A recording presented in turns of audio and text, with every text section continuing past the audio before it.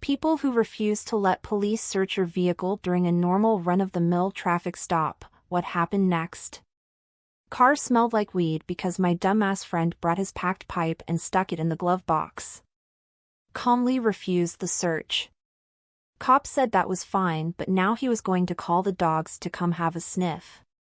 Made us sit and sweat for about 20 minutes, then walked up, said I was lucky and he had been called away somewhere else, and to not drive stoned.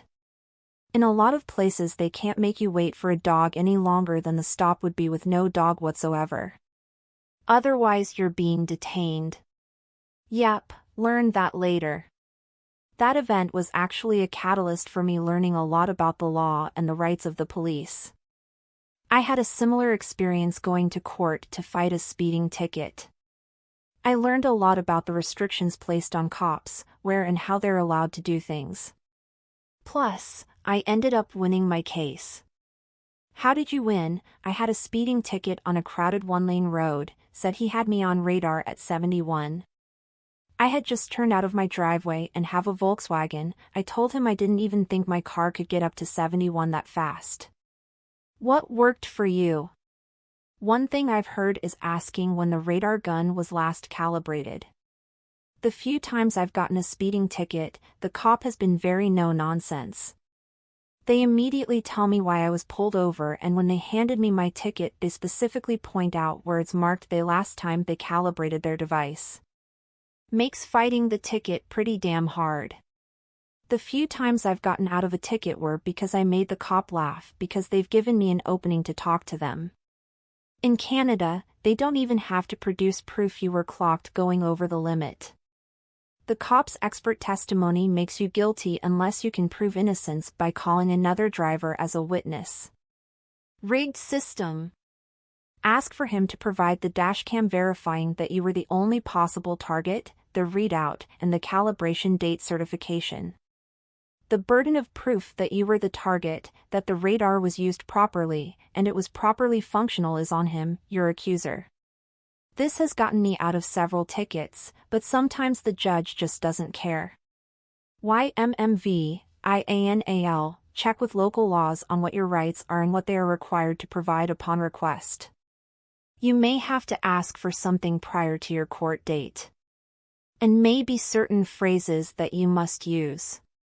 Check your ticket to see if it's actually a speed measuring device, or see if he was full of shit in what he told you. Cops can give tickets based on estimated speeds in some jurisdictions, including by pacing you. If they filed it as having been measured with an SMD, the usual line of attack AFIAK is to make sure the gun was calibrated on their correct schedule, etc. by subpoenaing the records, IANAL, usually they aren't. I've personally gotten off 4 to 5 tickets myself in court just by showing up. Generally speaking, they have to prove you did it more than you prove you're innocent. I had a cop write a lengthy diatribe on how awful I was. The judge read out the officer's statement, which made me out to be both reckless and an asshole. I wasn't on the latter. I just got sick of answering the literal same question a fourth time, "Where are you going?" which I answered directly and consistently each time. I thought I was going to get my ass handed to me. Judge says, "Welp, there's nothing here I can actually convict you on, so have a nice day." Fundamentally, the cop paced me in my blind spot and used that as the speed to hit me with. I've had another cop pull me over and say, "I paced you 60 in a 35, but I don't even bother writing the ticket because the judge just throws them out." I had almost the exact same situation once. They were doing a DUI checkpoint or something at like 5 p.m., which was weird as hell, and the cop that approached my car recognized me from having arrested me for marijuana possession a few months prior. All I had in the car was my pipe and it was hidden pretty well, but of course he immediately started talking about searching my car for weed. Didn't even claim he smelled anything. I made it clear that I don't consent to a search, so he told me to pull off the side of the road and wait for a K9 unit. Dude came back 15 minutes later and told me to just go home. Funny enough, there was another time that my weed man was coming to deliver a dime bag to me, but he got pulled over right in front of my house while we were on the phone together. There were like 3 cops pulling him over. It looked insane. turned out they had pulled him over because it was a newly purchased used car that had previously been registered to a drug dealer or something. I watched from my front yard as the cops got the K9 unit out and had him sniffing my buddy's car. Then I look to my right and see my neighbors about 20 yards away standing in their yard, watching while smoking a blunt. I'm on the phone with Buddy just telling him, "Don't worry man, that dog can't smell shit because my neighbors are out front smoking one right now." Apparently that dog really couldn't smell shit because they let my buddy go, ha ha ha. K9 officer walks his dog around my car after I said he did not have permission to search after a broken taillight stop. Dog hits. I ask him how he knows. He's specially trained. Searches my car, finds nothing, but someone definitely smoked weed in this car. They didn't. Favorite part of that stop is my car was messy AF, so he had to sift through everything just to find nothing. These dogs are trained to false hit on command.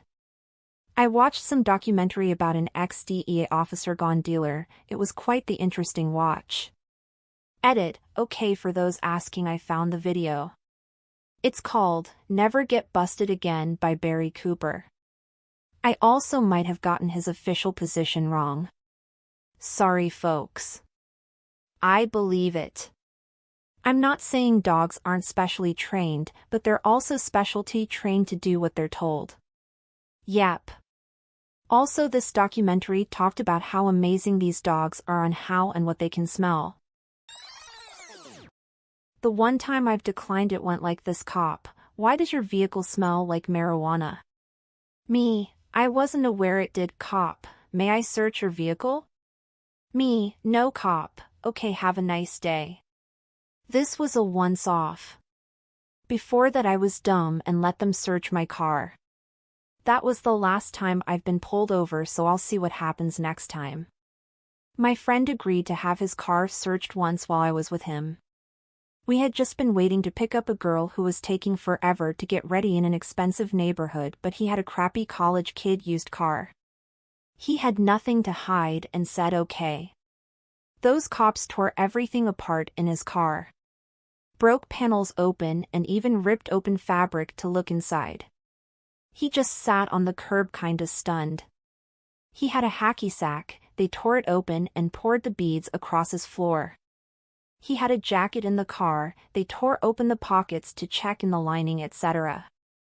Books and papers dumped, glove compartment dumped. It was like volunteering to get bullied. I would never ever consent to getting my stuff trashed when you can just say no. Always wondered, what's the law on making things good at the end of the search like that?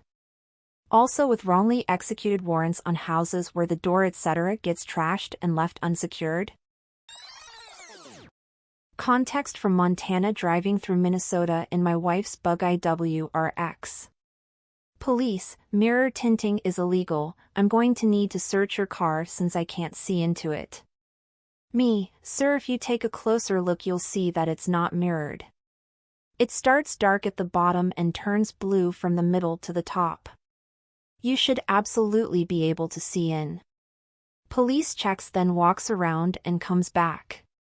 Police, looks like you have an illegally modified exhaust. Me, sir, that's stock exhaust on a WRX and it's completely legal in Montana. Police, why are you in Minnesota? Me, visiting family. Police, you're free to go. Me, you don't need my license and registration? Police, size, just go. My favorite is police trying to get you on something illegal in the state you are in and not the state the car is registered in. Had a work car with legal tints because of where it was registered, but we would get pulled for it a few times and they would bring it up. Yes, I understand it's illegal here, but it is not illegal where the car is registered. Cops from small town America don't like when you are smarter than them. Edit, all you commenters bringing up wildly different scenarios like guns and cannabis are completely missing the point of my comment. Jesus Christ, Reddit, get a fucking grip. I'm talking about minor car things. Nothing else, like my comment says. Reminds me of the video of the Arab guy who was driving some flash car in the US. He had all the relevant documentation, but the cop didn't understand and was acting like a prick asking for the license and insurance when the guy gave the foreign equivalents. His head could not comprehend the concept and was too stupid to try ringing into dispatch to find out that yes, the guy had the correct stuff. There's a video of a Canadian guy driving a Lamborghini in Beverly Hills. Gets pulled over and the cop tells him his Canadian, British Columbia, I think, license isn't valid in the US and writes him up for it. Guy goes straight to the BHPDHQ and speaks to a supervisory sergeant or lieutenant about it, who voids the ticket and apologizes for his boneheaded cop. Pulled over for not turning my lights on in a parking lot, realized they were off and turned them on before getting to the road. The cop asked if I'd been drinking, to which I replied no.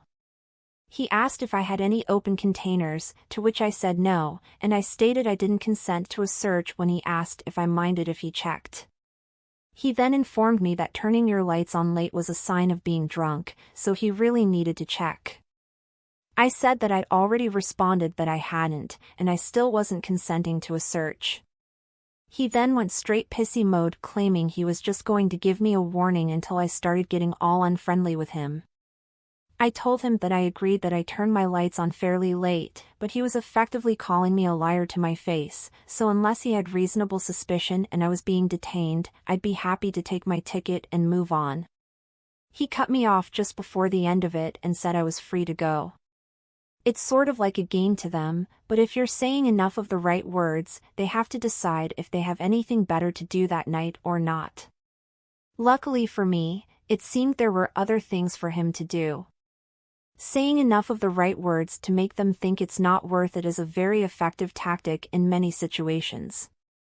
I knew my landlord was going to try to screw me on move out because they'd screwed others in the past, and we had some contentious interactions over the course of my tenancy.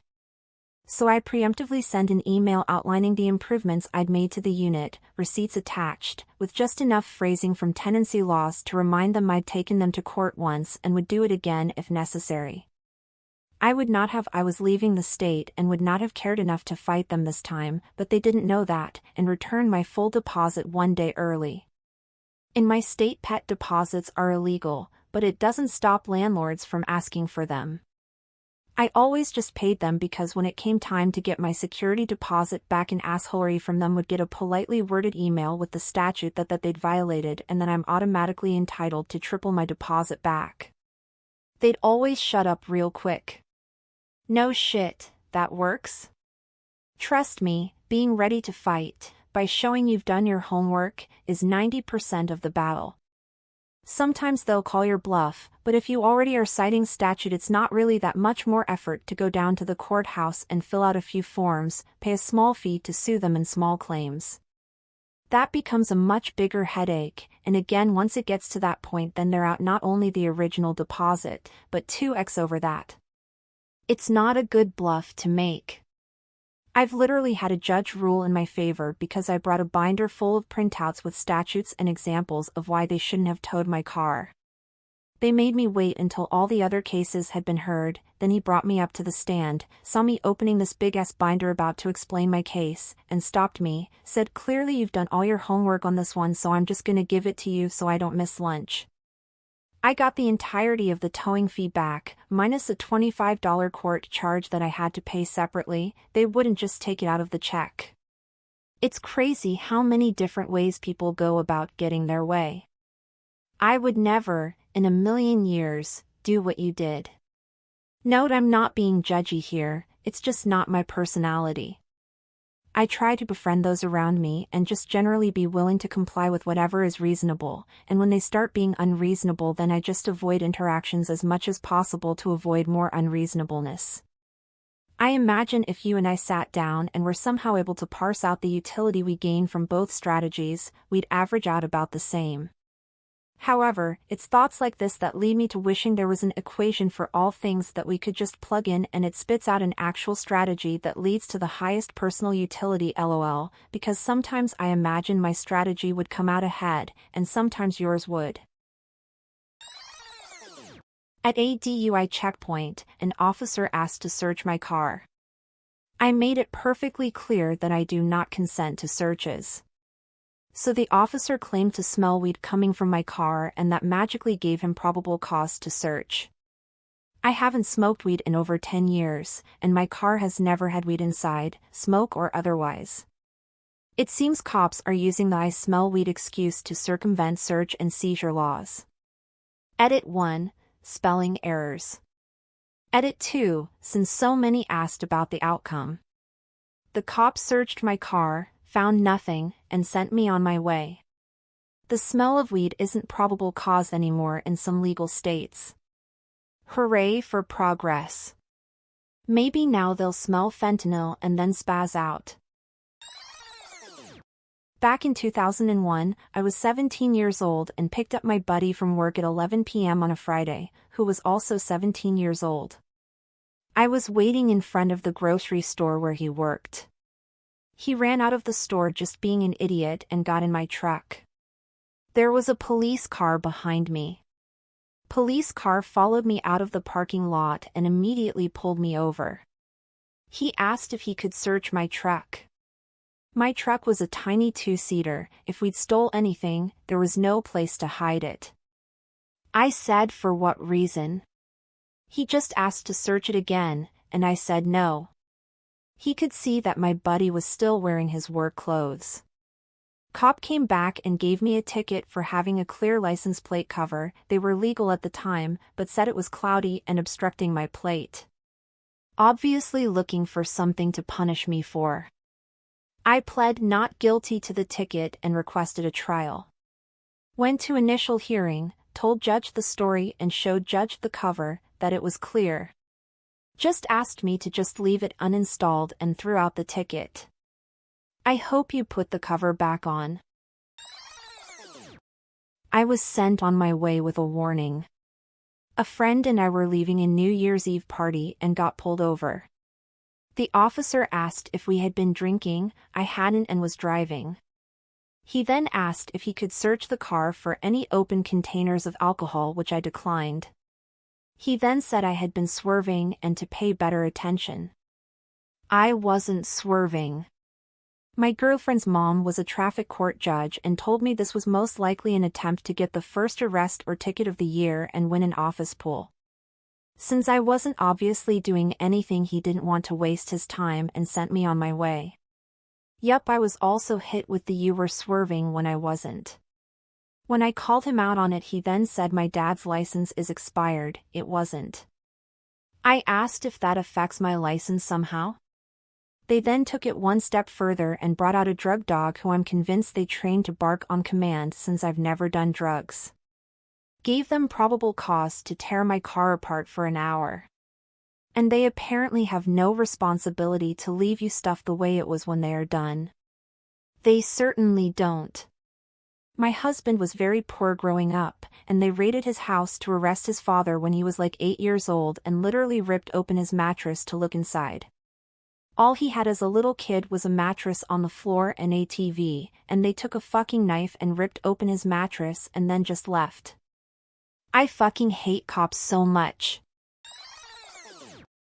Please like and subscribe for more daily content.